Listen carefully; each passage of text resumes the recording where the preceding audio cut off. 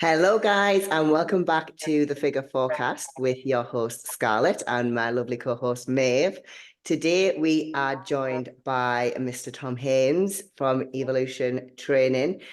Tom is a UK prep coach and has had a lot of clients within the kind of figure physique area, which is obviously what our podcast is all focused on. So we wanted to pick his brains with all things figure.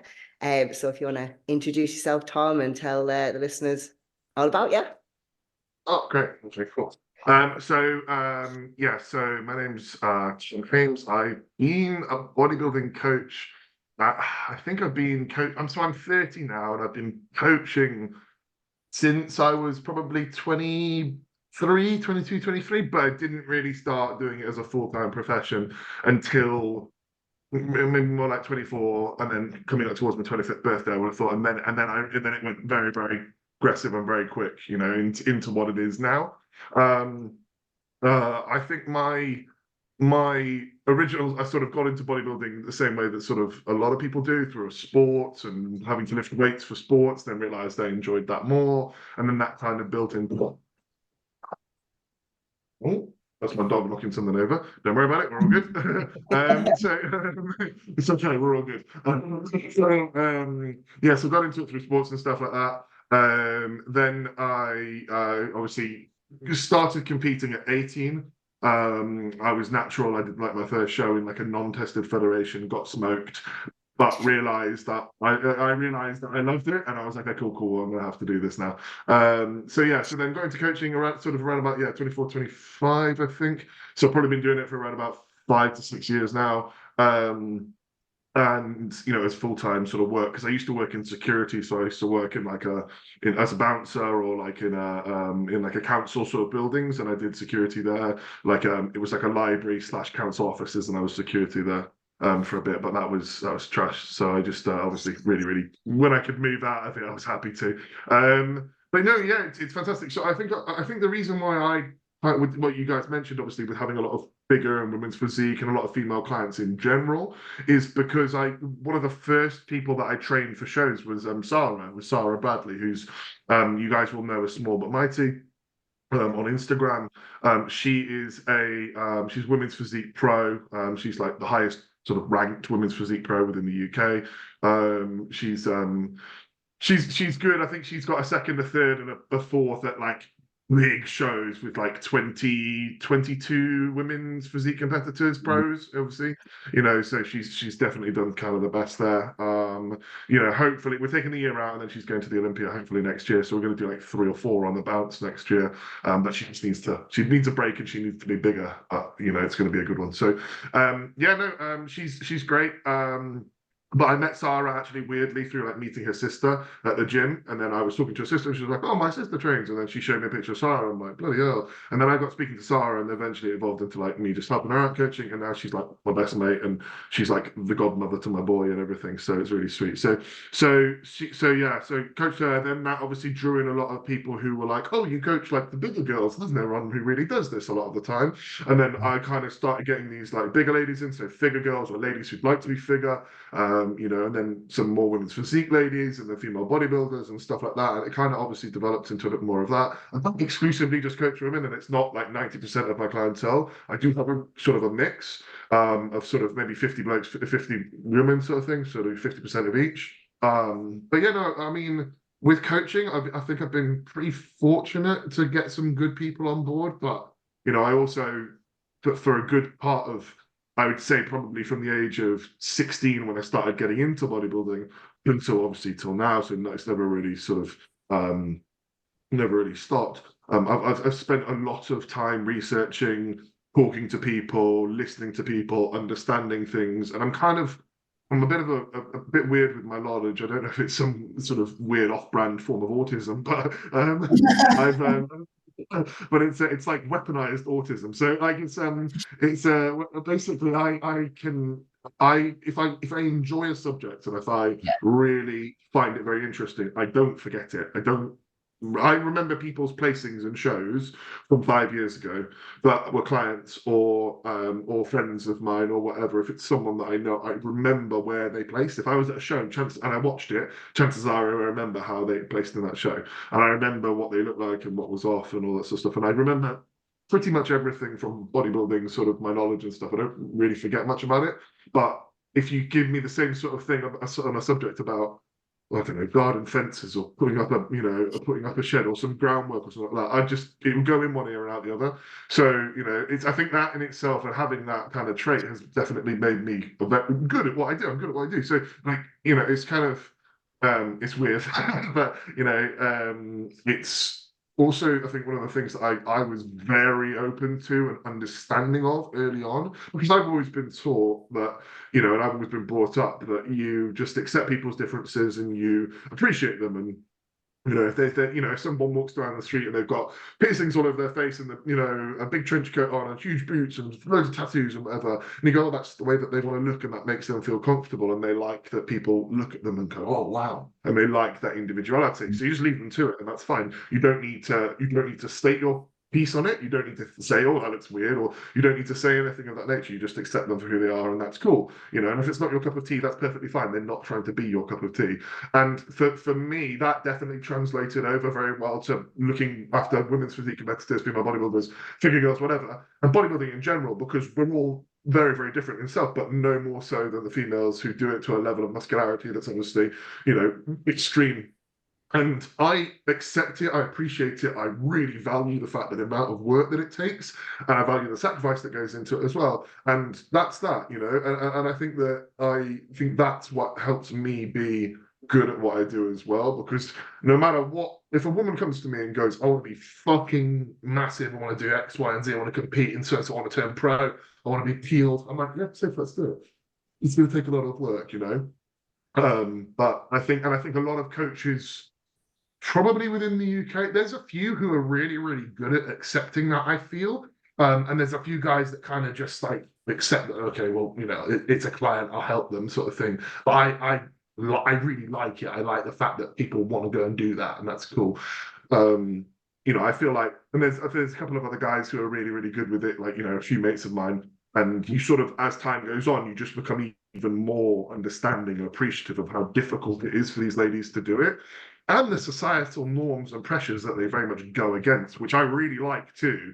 Like, I love that. I love that when women are competing as a figure athlete and everything like that, or a physique, but women's bodybuilding even more so, you're very much going against a societal norm. And that's cool because, if everyone did the same fucking shit and like, because bikini girls, competitors, this is no disrespect, it's very accessible. And if you walk down the street, you go, oh, she's in good shape, but you don't go, oh my God, like, or she's on the beach and people go, oh, wow, what a lovely, lovely physique, But if you're a women's physique competitor, there's some people that are going to go, oh, wow, that's great, a handful, but there's a lot that are going to go, oh my God, she's jacked, and they're going to be freaked out by it. But like, fuck them. It's like, not really a fucking problem anyway, is it? You can fucking carry on eating the hot dogs and have a beer belly. Like, that's cool. If you want to look like that too, that's fine. If you want to look like that, that's great. Personally, I wouldn't, but if you want to do that, that's cool. So yeah, I think that's probably what led me more in towards because I'm known for women's physique in the UK, like, and women's physique and figure and the big girls. If you want to be a big girl, you want to win the big girls shows, you come to Tom, will prep you for it, job's good, right? Like, it's kind of like just a thing. But no, like, it is like, it's funny, like it's weird. Like, me and Callum, like Cal Raystrick, like Cal's got probably like 30%, 40% more clients than me, right, on a regular basis. But we've got like exactly the same amount of like big girls, like wellness girls and physique girls and fit girls. It's really funny. So yeah. No, that's not really. I mean,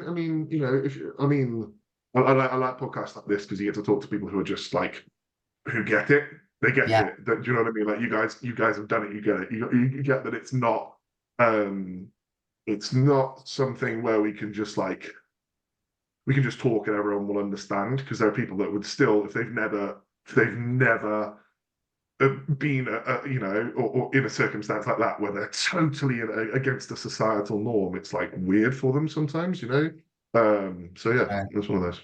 Yeah. Would you say that is maybe a barrier or something that puts a lot of girls off aiming for those classes or kind of making the I jump? think Like, I think it, yeah, I think it could be, but I think a lot of the time um I think they probably don't want to look like that because they feel like they want to look like the girls they see on Instagram.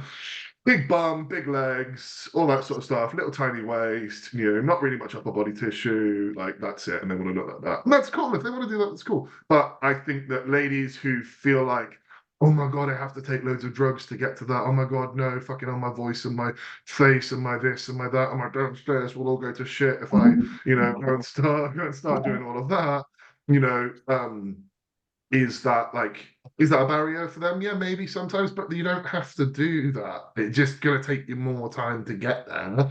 If you can blast your way with drugs up to that level of development, of course you fucking can, okay? But you'll pay the price for it, and that's we can talk about that later. But yeah, it's one of those. no, I absolutely love what you said actually about being raised in that way, that it was just total acceptance and kind of like, Yeah. yeah, I feel like you do you. I absolutely loved that. When it comes You know to what? work, Here's a really interesting thing as well. Sorry, I'll just ask you guys this as well. You know, when you guys were brought up, I'm assuming you're a little bit younger than me or same age as me. I'm going to I I'm have no older. idea. Same I'm age. older. Sorry. Thank you so much. Right. They see mum raised me well, right? Were you guys brought up where like high school and stuff, if someone or college or whatever, if someone it was probably high school more likely, if someone was a little bit if it was somewhat obvious that they were going to be gay, right? And they were going to come out as gay at some point, but they hadn't quite decided themselves, but they kind of knew it, and a lot of people did you find that a lot of people who were very like misinformed and like kind of just like a shit upbringing would have or not taught properly would give take the piss or make jokes or whatever, right, and say things like that. But for me, like Sarah's gay, she's like my best mate, and I've never ever thought to myself or ever I'm fucking hell, my cousin's gay, like the amount of family members, people around me and stuff like and I'm trying to think how to put this. Like, were you guys very much just like accepted of it straight away and taught that no, that's normal. Like people are like that, and that's it. That's okay. Rather than sort of when you see these people going like, "Oh, you're fucking gay," and it's like gay is not an insult like that. It was really strange when I think growing up when I saw these lads that would do that. It's really odd. I didn't get it.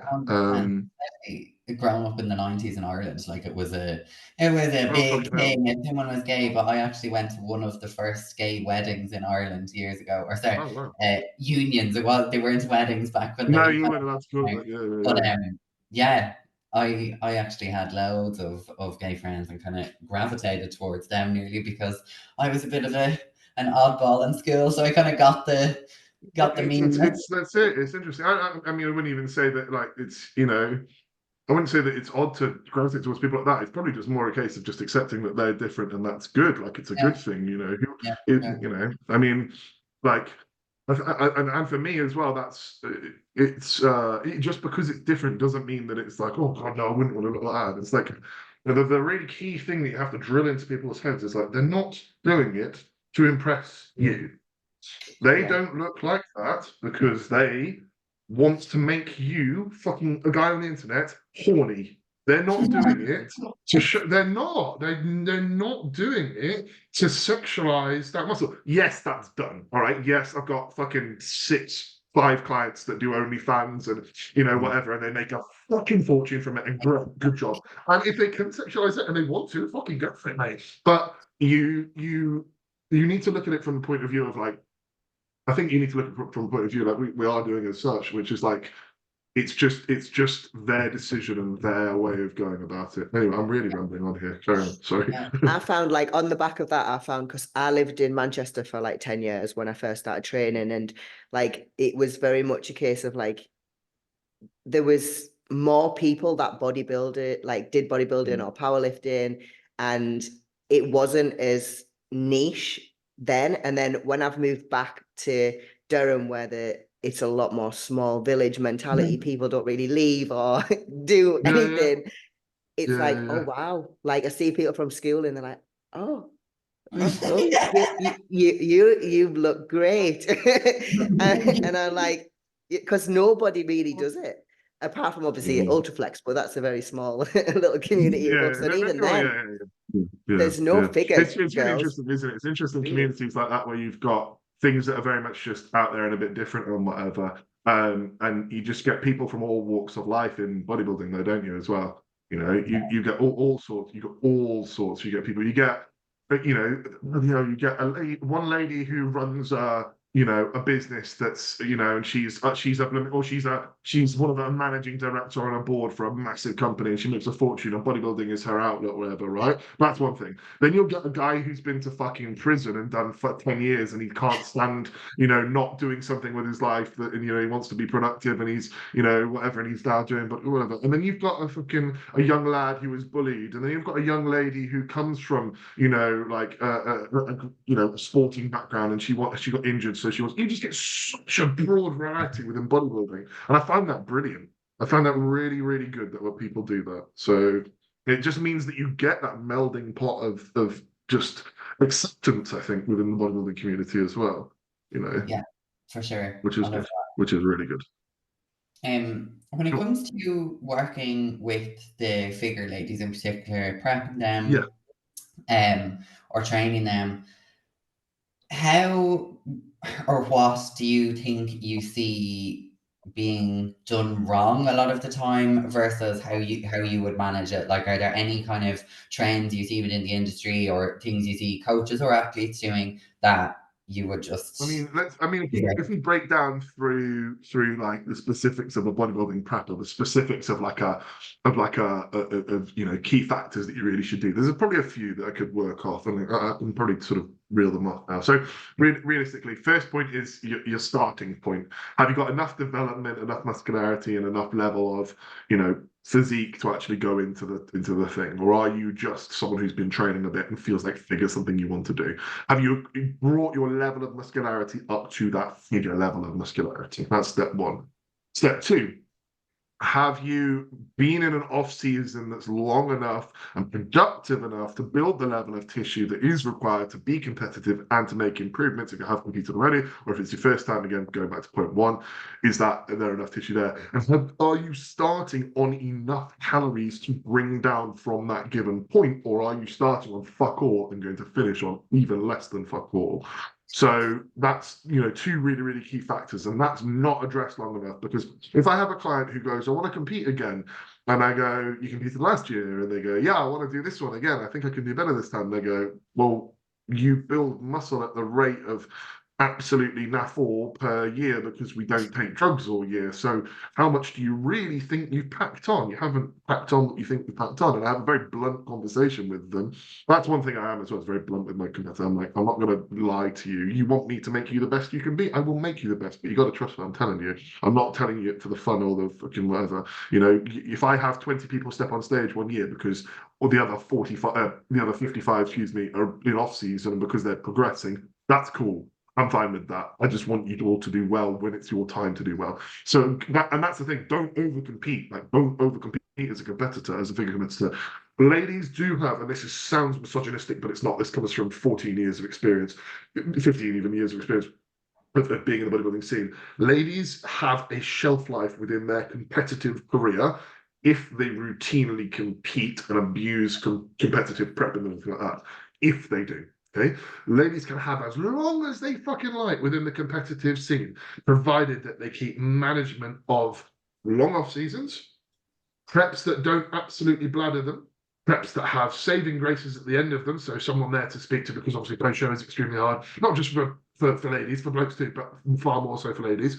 And then obviously management of your psychological relationship with food, because that's a massive, massive factor. So speaking to someone routinely, or at least definitely after your shows, or possibly on your plex or whatever, about the psychological understanding about eating disorders, why they occur, restrictions on foods, maybe looking at more of a macronutrient setup, base setup, if it's a macro sort of style, eating, or even like a caloric sort of set point that you have to stick to for a period of time where you don't really focus on anything other than protein content, and then the fats and carbs sort of adjusted as you see fit, and you have to be within a certain range. Things like that can be really beneficial for having that keeping that relationship with food sound, because relationship with food for a lady is the fucking number one killer for a bodybuilding career. You want to last all the way through till you compete when you're 40, 45, masters classes, whatever, and you started at 25 or 30 or whatever, whatever age you started at, you aren't going to do that unless you have a total fucking grip of that. And it's all well and good saying, oh, well, I feel fine.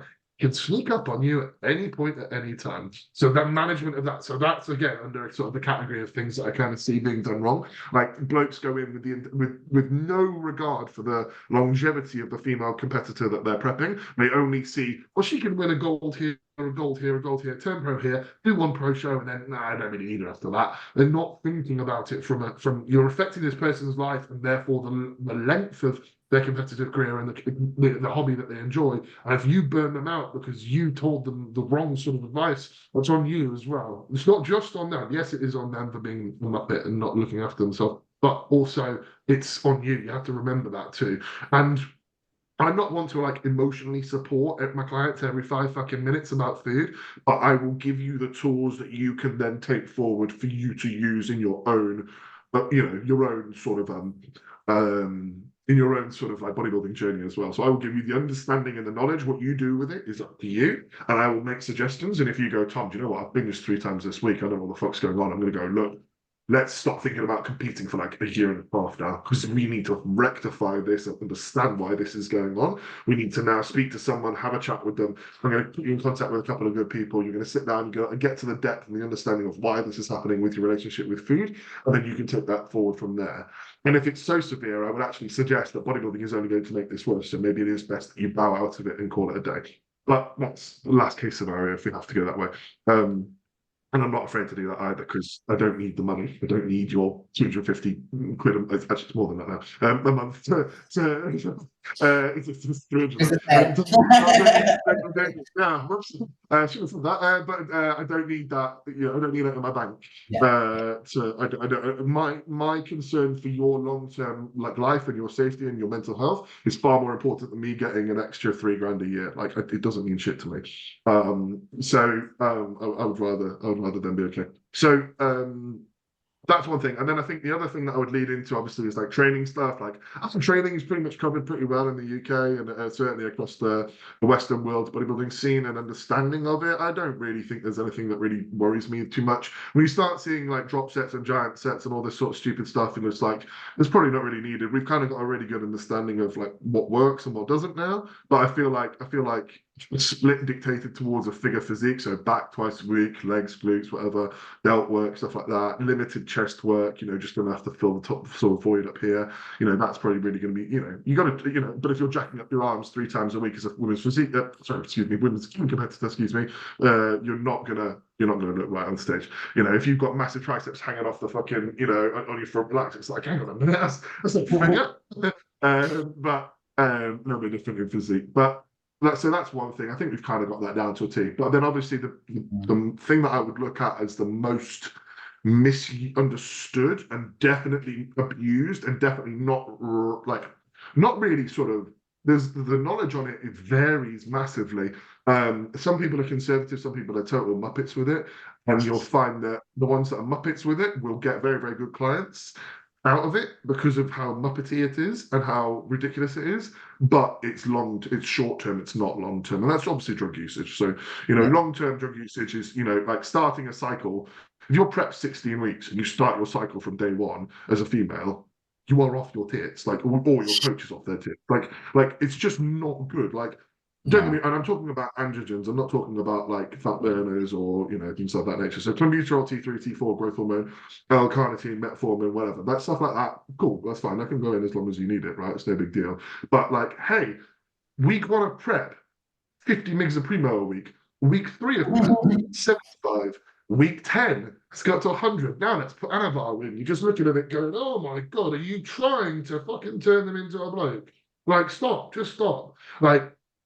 utilization of anabolics towards the latter end of a prep, 6, 8, maybe 10 if you bloody have to, weeks out is the way to go about it. It's you're preserving tissue and creating a DHT-derived cosmetic look at the end of a prep to create a level of development. There should already be tissue there. If there isn't, you try to build tissue on the prep with drugs, you're doing it wrong. But you should be finishing and polishing a look at the end of it with the use of those substances. You shouldn't just be like, hey, let's start it now, because blokes start it at 16 weeks out. It's like, yeah, blokes can take fucking anything and will always look like a bloke. I can go and do 3 grams of test a week for a fucking 6 months and I will still look like a bloke. I'll be fucking massive and I'll look pretty beefy. My blood pressure will be fucked, will be fucked, and I'm always going to look like a bloke. You ladies go and do some equivalent of fucking Prima Bowling for a week, for 6 months. You're not going to be having this conversation like, in nice, my deep voice and your lovely high-pitched voices. We're all going to sound like blokes. So, it's not really going to run very well. And I think that's one of the things that I see a lot of American coaches being really, really like misinformed. Oh God, yes. Oh God, yes. Yeah. Like 16 weeks out, some well-known coaches, I won't mention names because I'm not going to do that. But 16 weeks out, Primo and MPP in straight away. After we're done. 6 weeks out, Anavar goes in. 4 weeks out, Winstrol in. Pavara the whole way through. And it's just like, what the fuck? This girl's doing fucking wellness. Like, what are you doing? Like, and here's the problem though with that, me saying that will work. It really will do the job. You will probably win your show because you're doing 2 or 3 times as much as everyone else. And you probably started from exactly the same start point. So if you're willing to do that as well, you're probably willing to diet pretty fucking hard too. So here's the thing, like, it's gonna do the job, but every time you do it, you take time off your fucking career. You take time down. By the end of it, you get fucked. And it's like don't get me wrong, I fully understand that, like, when you go up towards women's physique and the pro levels, and when you go up to women's bodybuilding or whatever, you are that point, you have sold your soul to the devil a bit, and that's okay. If you've decided to go down that route, it's fine. I understand it, but there is also ways to go about usage and be careful with it. Like, you wouldn't believe some of the women's physique pro cycles I've seen. You wouldn't believe them. They're unbelievable. With like amateur then, and if someone come to you and they hadn't, maybe they'd done like one figure show, like first timers or whatever, and they say, right, Tom, I want to try and get my pro card. I'll do anything, like, and they haven't really got a lot of muscle mass, but they like, they're still quite new in the sport. Like, how would you have that conversation with that client? So if you've got potential in terms of structure, I'm going to have that conversation with you. I'll jump on a call with them and say, look, you're going to be able to do it, but it's not going to be a short space of time. And if you want to do it in a short space of time, I'm not the right coach for you. We can work towards it over the next 2 years and build a really good level of development, add what we can, whatever, and then come back to it and compete then. Or, that's it really, unfortunately. Like we can't just go, hey, let's load up the pins and fucking see what happens. Like, I just don't have the intention to do that with anyone. I just don't care. I don't care. That's just not my thing. And I would just look at, what they would want to do. So I'd look at, obviously, if you're going to use stuff during that time, there's ways of using things, but not routine, consistent, short breaks back on. That's not clever. That's not a good way to do it. It's a great way to mess around with your fertility as well. But what I would look at is during an off-season phase or something like that, right? Say they've just come to the end of one, all right? We would do, say, like a 4 to 6 week sort of tidy up, very aggressive, get some weight off them, get them leaner, get them in an insulin-sensitive, responsive sort of position to grow. Then at the end of that, then I would look at doing a short 4 to 6 week usage sort of cycle. Then we would again have a break for probably about 12, 14 weeks, maybe even 20 weeks off everything, and then rinse and repeat sort of thing. So just off season, put the tissue on, whatever, and then go from there. And if they needed to, if the hormones were totally crashed already and totally in the gutter, and they had no intention of having children in the future or anything like that, we would look at obviously like HRT. So things, obviously that's a really, really common thing these days. That very, very low dose of testosterone for females is really common. Not like 20, 30, 40, 50 weeks a week, which I've seen, but it's more like 2 to 4 is Yeah. usually pretty common within ladies. So, I found that that's really useful. And if we could put in estrogen alongside it, if it was easy to obtain and easy to get hold of, you would look at that as a usage sort of as a compound as well. But it's very, very difficult to sort of, you would really struggle to find it unless you're going through an NHS sort of doctor's sort of, they're going to even about when you prescribe it to you. But it's one of those. It's an interesting one. But yeah, no, yeah, I mean, I would kind of look at it like that. Is that answer the question? I went off on one. Yeah, no, I love a good tangent. I just want to I haven't even circle had back. a coffee. I haven't had a coffee. I haven't had a coffee. This is me Oh answering God, questions. you're like a I know. Duracell. Imagine. Oh my God, this podcast could be 7 hours long. But half an People hour. only doing their cardio. They break their cardio up over the week. Like, let's listen to part 7. I want to dive back in because you briefly mentioned it there, the approach to training for a figure competitor. Do you have a particular training style, or is there a particular? Now, obviously, everybody's going to have weak areas that like that need a little bit more of a focus. But in general, how would Yeah, you absolutely. Yeah, go about absolutely. it? What do you guys normally do? I'll see how far I am off. What's your sort of train? Like, give me like a rough, like a rough back day that you do, like a pull day or a back day that you do. What's your rough ones? I'm currently push pull legs, but my pull has hammies in it, and yeah, because my back was super responsive, my hamstrings were not, so we switched that up, and yeah. Okay. Yeah. Oh, that's really good. I Yeah, just it's had like perfect. So full what back. would a back work out? Like, how many sets are we looking at in terms of like what would like is it like roughly like per thing? Are we looking at like 1 warm up, 2 working or something like that, or Yeah. more? Yeah, I usually do 2 working sets, and I think about 8 exercises. In total for everything on that back day. Yeah, cool. Yeah. What about you, Scarlett? Yeah, pretty much the same. So like my back days would just be back. So I do like maybe like 2 upper back, then 2 lat, rear delts, that kind of thing. Yeah. A little bit of Cool. traps. So just yeah, to so build up. for me specifically, what I would program in would be probably a like upper body day with some sort of focus in there. Then I would do like you let your leg day sort of thing. Then maybe like a break, a day off. Then if they're able to come back and hit like a solely back sort of focus day, perhaps with some hamstrings in there as well. And then again, perhaps like a tag on a delt or something if we could. Then if not, then I would just do delts the following day, and then legs the following day again after that. Again, maybe more hamstring and glute focus that day, and then a day off, and then return. So, and realistically, 1 warm up, 2 warm ups maybe on the first exercise, and then maybe 1 working set and 2 back off. And the back offs would be a lot more in reserve, and then maybe on the sort of the sets after that, we would look at a little bit more for sort of keeping the volume relatively tame, unless it was an exercise that was very fluffy, not very physically demanding, not like a multi-joint compound lift. If you're doing tons and tons and tons of sets on big multi-joint compound lifts, you either need to be a bloke on lots of drugs because your recovery is going to matter, or you need to be calories need to be through the fucking roof, or you need to be seriously advanced in your training. I feel that if you go, oh, I did 5 sets on hack squats, and you go, well, they were all shit. There's just no way that you did that. There's just no way that you did that to the death on any of them. And even reps in reserve, like, have you ever tried doing like 2 in the tank on like it's still a lot of fucking weight being shifted. Like, it's still hard. So like, it's like your max set, imagine that. So you say it's 10 rep, right? And whatever you guys can do on that. But you're hitting 8 every time. Now, by 8, it's still fucking hard. Then you got to do it 4 more times over. Doing that properly at all. So when I break down my training, I do allow my clients for a lot of freedom and mobility with it. So there's optional changes, there's stuff if they want to, it's fine. I'm not going to tell an IFBB pro or someone who's won 7 fucking shows how to pick up dumbbells and put them back down again.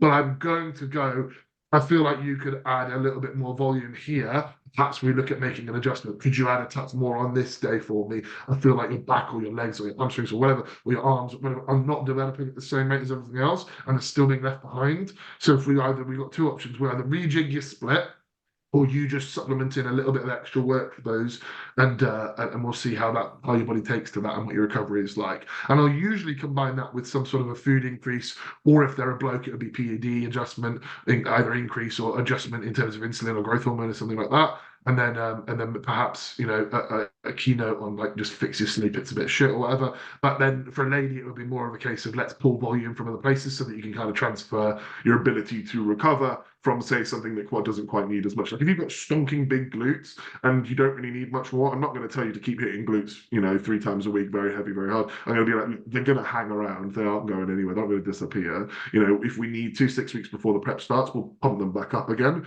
But you should be absolutely sound. So look at it from that sort of point of view. Yeah. You touched on back quite a bit there, so let's dive into that. How important is nailing your back training, and like why is it so important when it comes to the figure class, would you say? What do you mean, like specific, like nailing back training? Yeah, realistically, if you don't have genetics for lats, the figure's not for you, and that's okay. Like it's okay for you to not do that class because you can do other classes. Like there's wellness and there's, even if you want to do, you can probably do women's physique. I mean, you're probably not going to go super far without a back, but like it's rich from and I get it because I struggle with my back massively. Like when I was bodybuilding training, I'm not really as much anymore, but like I really do struggle with it, and that's okay. Like it's okay to have a weak part like that. It sucks that it is that part, but it's just difficult. And so, do you know Caitlin Hill, who I used to work with? Do you know Caitlin?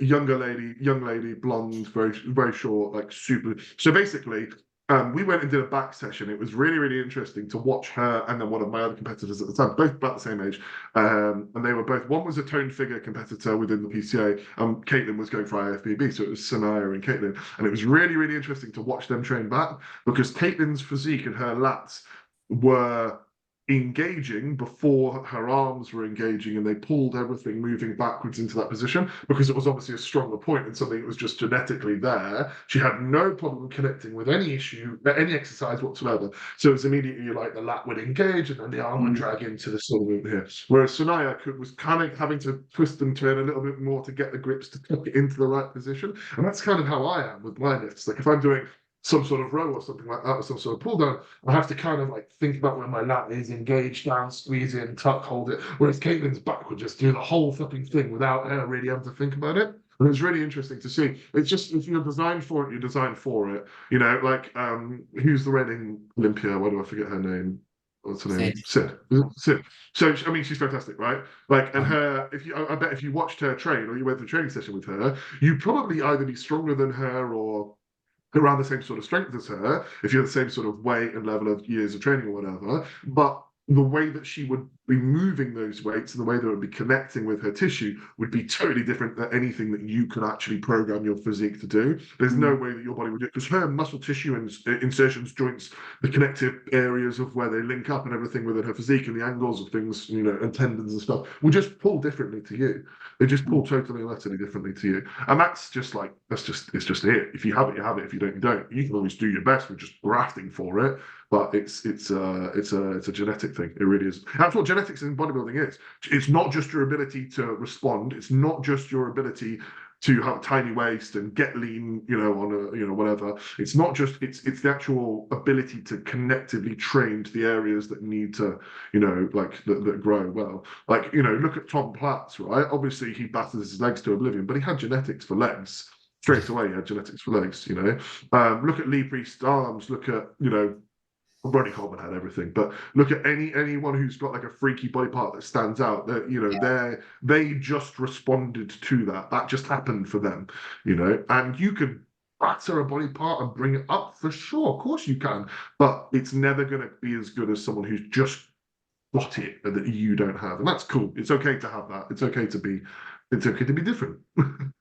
Yeah, 100%. I love that. And it is interesting to kind of watch people moving out of the figure class depending on their kind of genetics. And Like if you get too big for it. Well, going to wellness or going to physique, like if they're like you say, and their back or their upper just isn't. If they've got a back and they haven't really slammed the drugs, they can probably, if they pump their usage a bit, they'll probably be able to go into women's physique. very comfortably, because obviously structurally it's pretty, pretty easy to do, to make that shift up. It's just time and obviously development, right? And bring up your arms, something comic. Whereas wellness is like, so I have to stop training back, I have to bring my legs up 3 times as much, I have to stop training my arms, I have to train my shoulders, but still not let them overtake. And it's like, I'm not fucking, it's like really difficult to do. Like, so I'm working with Kira. Do you know Kira Aston? So Yeah. British Pro. Yeah. She'll be Kira Justin on Instagram, but Jay is her middle name. I used to She's Kira Aston. powerlift with her. Oh, sick. Cool. So I train her at the moment, and she's moving into wellness, but she's kind of just like getting a feel for it. But even now, she hasn't trained back or upper body for like however long. And every checking photo she sends me, I'm like, your back is fucking enormous. It's so huge. So we're like literally just stop training it. One of my ladies has even got 2 big traps for wellness. She used to do women's physique actually, but she's kind of moving over to that. She has been for a few years now. She's actually going to have to get Botox in her traps to relax them, because they won't stop responding to everything. She picks up a weight off the floor and it's like, oh, I've got a trap pump. It's like, yeah. You not just hide it with your hair. Yeah, you can to a degree, but those judges are crafty buggers. They're like, hang on a minute. Yeah. But stop popping out those extensions. When it comes to what you would, is there a way you think that let's say figure competitors or women's physique or bodybuilding, like versus say the smaller classes bikini, is there a mindset shift or like a big difference, do you think, and how you would describe it? Oh yes, absolutely. Absolutely. So women's anyone who moves into those bigger sort of classes and everything like that are ladies that, one, are not afraid to train extremely hard, and are also able, again going back to one of those points I made earlier, able to understand the benefit of that long off season. And okay with being in a softer shape. You're not soft, you're not fat by any stretch at all. I don't want to call it fat, because no one is fat, like in bodybuilding, not really. Like, it's more a case of just putting on tissue, spending that time in a surplus, managing that duration of which you spend to just grow and just get bigger, rather than being like, oh, time to prep again. It's like, what have you added? Nothing, but I like prepping. And it's like, oh, for God's sake. Like, that's, like, I'm not gonna, but bikini girls are coming at me with pitchforks after this. Like, You're gonna cancel them. Like, so it get cancelled. Yeah. That'd be. I think I already have been. But like it's just an ability to understand that the off season needs to be longer, spending more time obviously pushing that, being more in love with the training than I would say than the overall the look, because like, I mean, are you guys in off season? Or are you either of you prepping? Oh, I'm balls deep in off season. Yeah. Nice. So what about you, Scarlett, as well? Yeah, I competed in September last year, but I'm actually going into wellness as well. Oh, actually, yeah. Does it suit you more? Yeah, like I've got like massive quads. Well, not massive, but compared to my upper body, they are. I haven't got any glutes yet. But the upper body just hasn't responded the same way as, again, say someone who would. And that's what the point I'm making earlier. Like, if you have a responsive back, but like a huge back and shoulders, whatever, it's very different to then go, no, I'm going to do wellness. But if you haven't quite had what you needed to make a real dent in what you wanted to do, then it's okay to shift. Like, I think that's a good thing to do. But I think going in, like, I'm not backtracking at all, because what I mean is, like, if you didn't have that, and you if you don't have an enormous fucking back and shoulders and whatever, and it's like, well, yeah, maybe another class is probably better for you, and that's good. Like, if you can squat fucking 3 plates aside for fucking 20 reps, and you've got these stonking big quads, probably want to look at wellness, because that's really where your meat's at. So yeah, I would say so. Sad times. Sorry. Sad times that I can't grow delts. No, it's all right. If you can't get delts, just put something in. No, don't do that. Yes, we can. Why don't talk about that? And I do talk about that on Instagram all the time. But the main thing I would say, again, going back to your point, would be like the love of training. Like that's the main thing. Is just that enjoyment of training and enjoyment of a off season and progression and getting bigger and better, rather than just a fascination with being lean all the time. And being lean's great, cool, we can do it. But as far as I look at it, female competitors within figure, physique, bodybuilding, whatever, understand that it is a competitive means to an end. It is not an acceptable way to just live.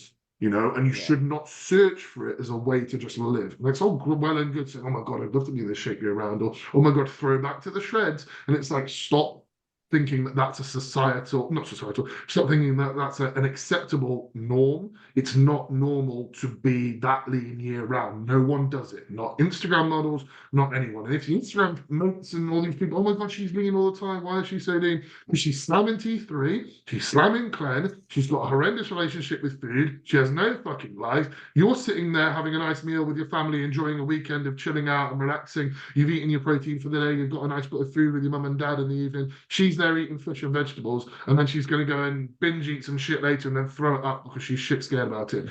Don't compare the two, because you don't see those behind the scenes sorts of things. It's just some scary shit out there. And I think that this sounds weird. I think that women's figure and bodybuilding and physique and all of that, well, even wellness as well, actually, to be fair, I think that in itself is probably better for you long term as a competitor than bikini is. Because if you're getting into it for bikini, you're getting into it because you want to, a lot of the time, not all the time, but a lot of the time, it's because you want a physique that you can like sort of show off and be like, well, you're not doing it for a competitive bodybuilding aspect. Competitive bodybuilding is competitive bodybuilding. It's like, I'm trying to think of another sport really where you could even sort of have that as a thing. Okay, it's like a rugby player, right? It's like a rugby player going through the street in his rugby kit with a puffed up ear, a bloodied nose, carrying a rugby ball, walking around like that. Oh, bloody hell, everyone knows he's a rugby player. And it's like, yeah, he doesn't look like that all the fucking time. So stop thinking that you need, he looks like that on the pitch because he's there having a game. He's there competing within his sport. Right? Like, I don't go up to people and start arm wrestling them and going, oh, well, Tom's an arm wrestler. So that's like what he's doing like all the time. Like I do it on the table much in a competition. That's what I do. But, like, it's one of those things, like, looking at it as a competitive sport and looking at it as a means to an end, that type of physique, not just something that's just, like, cool to have, Totally. Does it make sense, or am I sounding like a complete fucking loop here? No, I get it. It's like bikini class for ladies for your event is more accessible, and you might just fall into it. As in, you've been training, you see people in the gym, you're like, oh, yeah, I'll do a show kind of thing. Whereas if you're doing the more muscular classes, you're fucking committing to that. Like that's but you're also understanding it more. Yeah. Because you have to be in it longer. You see people come and go, and you get it a bit more. You go, all right, okay, I've got this is a competitive sport now. This is not just a one-time sort of let's see how I do sort of thing, And I'm not knocking bikini girls. I'm really not, because there are some competitive bikini girls that fucking graft and fucking put the work in, and they just simply can't get huge. So that's where they suit as a competitor.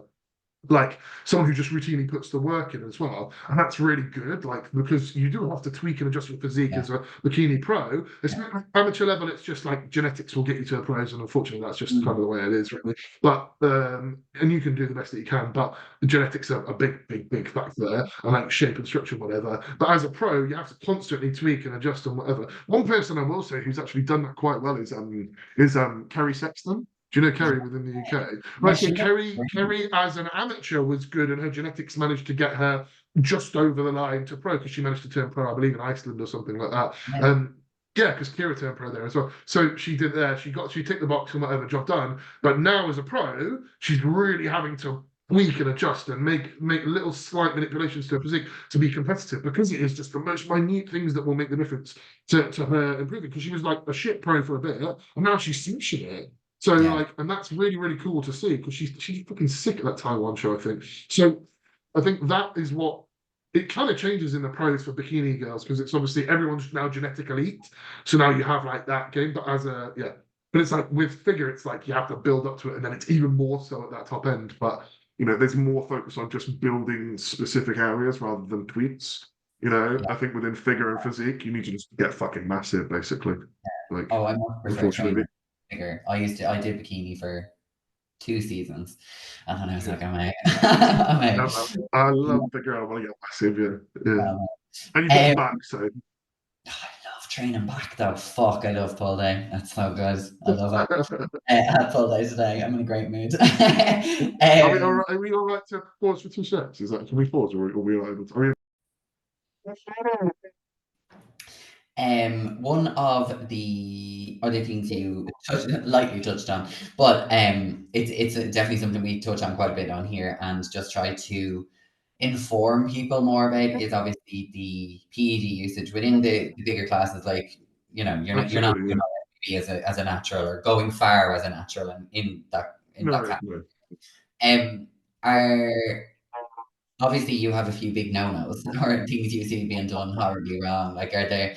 We can go with how you would approach it, or what you hate seeing. We can go either And way. we look like a PED usage in general. So realistically, if you look at a PED site, okay, so so for a bloke, if you took a bloke, if I go and take a cycle of, it doesn't even matter really. Fucking this, Throw the it kitchen doesn't. sink. It just doesn't matter. No, if I take some trends, some EQ, some tests, some Anadrol, Masteron, whatever, and I fucking do various amounts for various amount of time, whatever, and I'm done.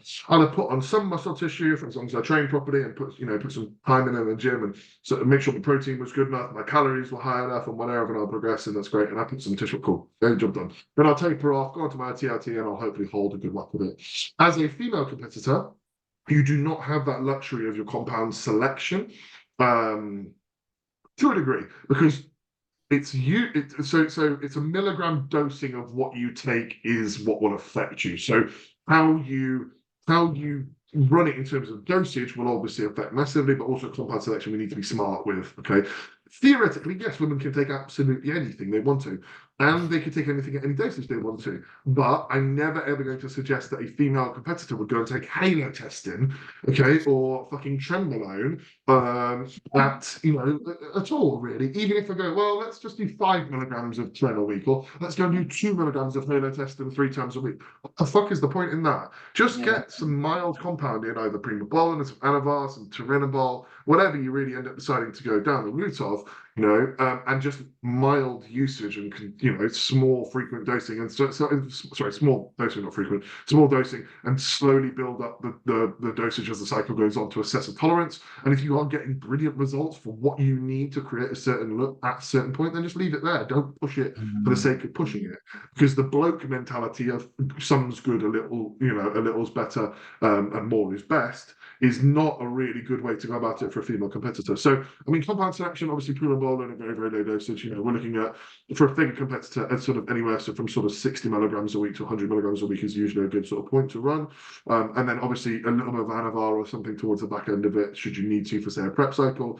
Again, 5 to 10 milligrams per day for the last sort of 4 weeks, then towards the show is acceptable as far as I'm concerned. You're looking at a total milligram dosage really of probably like 170 to 200 milligrams a week, really at the top end of things in figure. I mean, maybe if you go for like a pro card a little bit more, it will kind of vary. But then obviously when you go up towards women's physique levels, you're probably looking at a total more along the lines of, say, 300 or 350, or even a little bit upwards of that total per week. Yeah, as a pro. But I'm talking, I mean, that's very easily achievable though, if you think about it. So if you think about 200 mgs of primo a week, right, or 150 mgs of primo a week, and then you got 20 mgs of anavar per day, that's 290. That's already 290. 150 primo and 140 anavar across a week is 290. And then you go, okay, well then 5 mgs of Winnie on top of that. Well, that's now 25 mgs of orals a day. So see what I mean? It's very, very, very easy to make those numbers up. When you add them up, you go, oh fuck, actually, yeah, I'm on. Like I had a lady come to me once who was doing a total of, I believe, 550 milligrams a week, and it was like primobolan, anavar, and Winnie all in one combo. Oh, that's nothing. That's nothing. That's just nothing. Trust me, that is nothing compared to what I have seen. I've seen some disgusting cycles. Yeah. Oh yeah. Oh yeah. Yeah. I think the One worst thing- was also, oh god. it was a female pro who was going to the Olympia. She came to me for coaching, but then she said she couldn't be coached by me publicly because she wanted to try and get a sponsorship with someone, and she was already with another coach, and she had to stay with him because she thought that she might get the sponsorship if she stayed with him. And I was like, well, I'm not coaching you then. So I don't care. I'm not doing that. It's stupid. Like if I can't post Like a a love picture of me, triangle. No. yeah, I'm all right, thanks. Yeah, I'm all right. I don't need it. I don't need the money. I don't need you as well. So that was funny. But she ran through her cycle and her peds and all of that sort of shit with me. That was truly scary. Yeah, there was 25 milligrams of test prop a day and 20 milligrams of tren a day. And then the Masteron was like 100 every 3 days or 4 days or something like that. It was like a weird, like Eastern European cycle. And then it was like 50 mgs of Proviron a day, and then it was some other shit. I think the Winnie was in there as well. T3 was mad. T3 was like 125, and then like Clen was like 200, but she would do No. 5 days on and then have the weekends off it. Yeah. Oh my god. That's more than Yeah, I I felt. know it was test and trend. Test, trend, and mass was the base, definitely. I remember off the top of my head it was test, trend, and mass, but then I can't remember the orals, and I know the T3 was bad and the Clen was bad. Yeah, That's it. but that was someone going to the Olympia. That was but this is where she placed at the Olympia when she went, and I won't mention who it is as well. But it was she placed there was 16 competitors, 16 placings that you get at the Olympia, right? She got 15th. So that's a bottom end pro because she's taking so much shit that she just doesn't have the level of development or the physique to do it, and she was fucking her diet every 5 minutes, and like yeah, Yeah. So I'm seeing quite a lot at the moment on Instagram and online with the compound selection for women that a lot of people are trying to steer away from Anavar and like in favor of Primo. Would you use Anavar ever I in don't an really think there's too much of a difference as far as I've seen over the years. I don't think there's too much of a difference.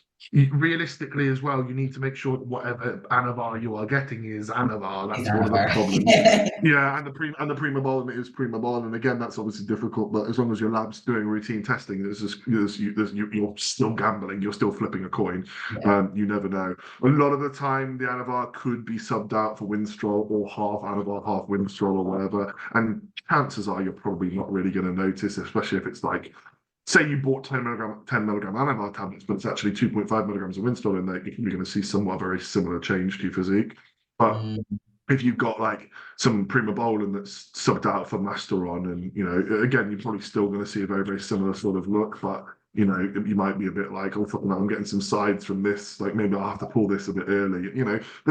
It's just we're at the mercy of China, really. We're not really at the mercy of the labs, because the labs will just put in whatever they're supposed to put in. No labs are real dickheads about stuff, really. As soon as you do that, the internet is too vast. Someone will test it and someone will put the results up and goodbye, basically. Like if you underdose things or put something wrong in on purpose. But if you genuinely are a lab and you do genuinely get in some Primo that you think it's Primo and it ends up being Masteron, it's not your fault if it goes in like that. And we can't do anything about that. If China sends shit brawls over, then we just have to deal with that. But yeah, that's just it.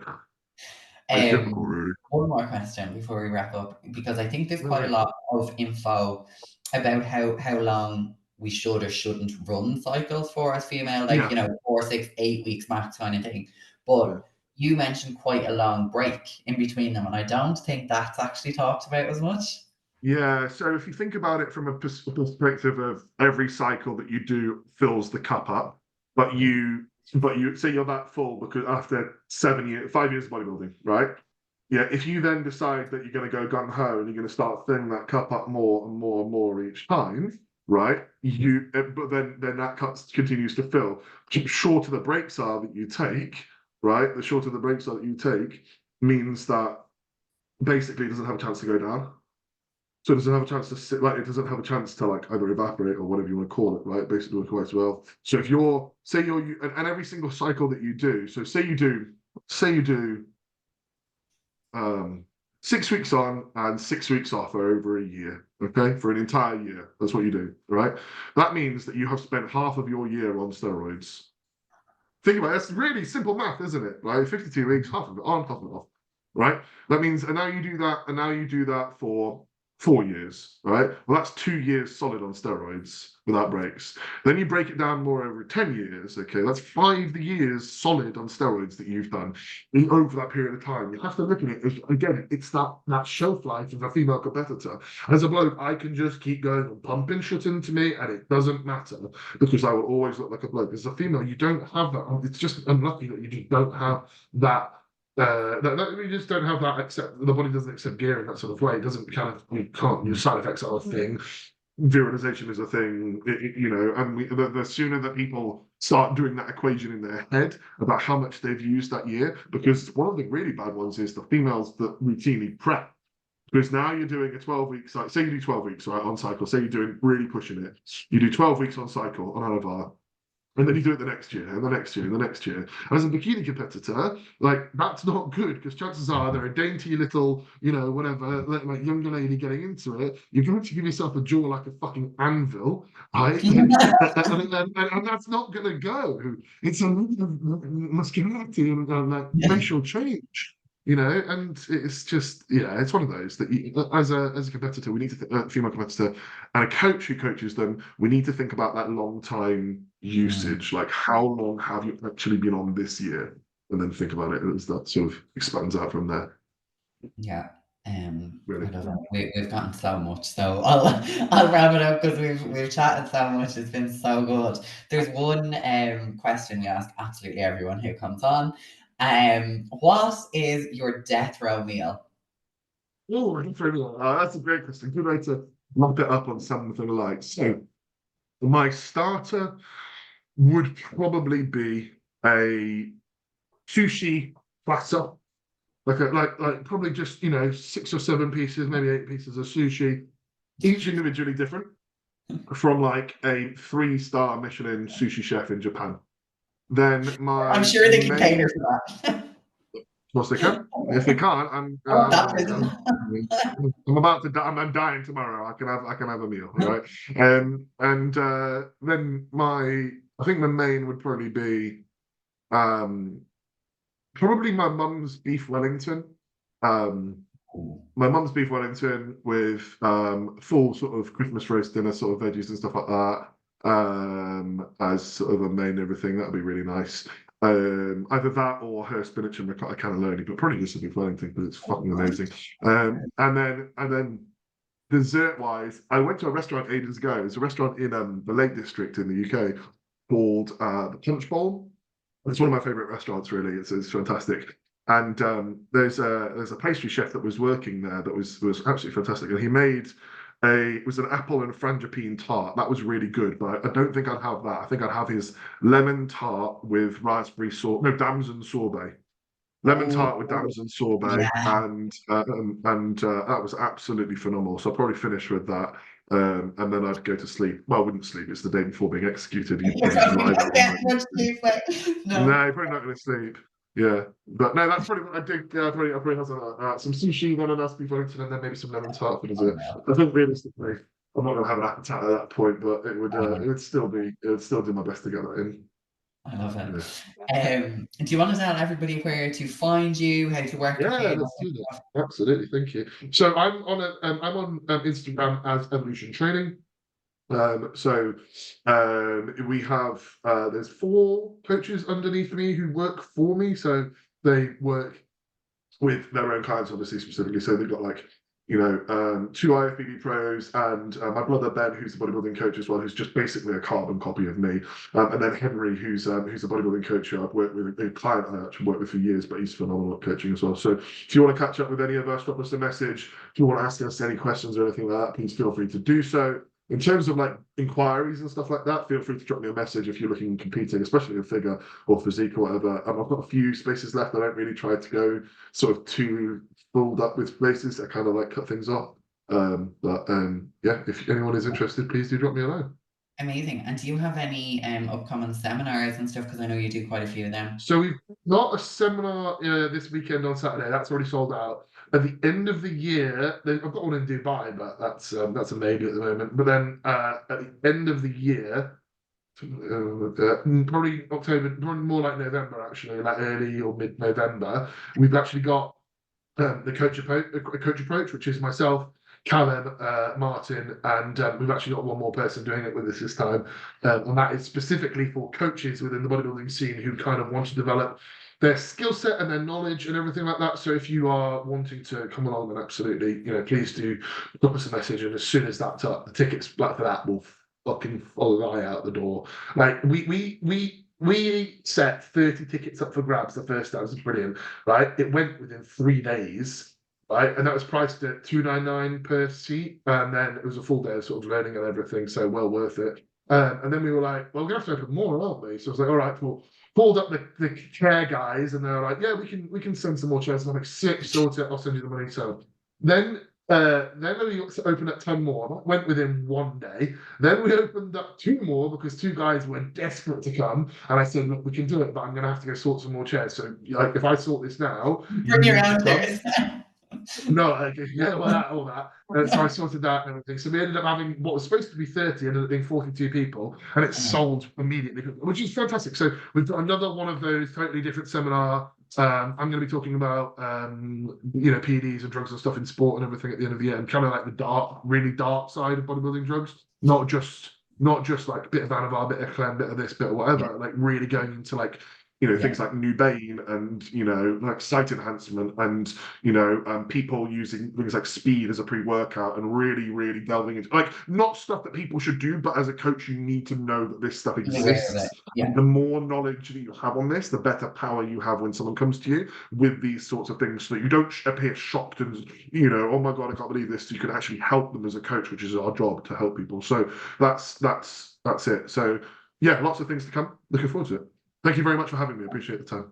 Oh, no, thank you. I know everyone's going to love it. Guys, thank you so much for listening. As always, we would appreciate you sharing it if you enjoyed this episode, and we will see you again next week for another cracking one.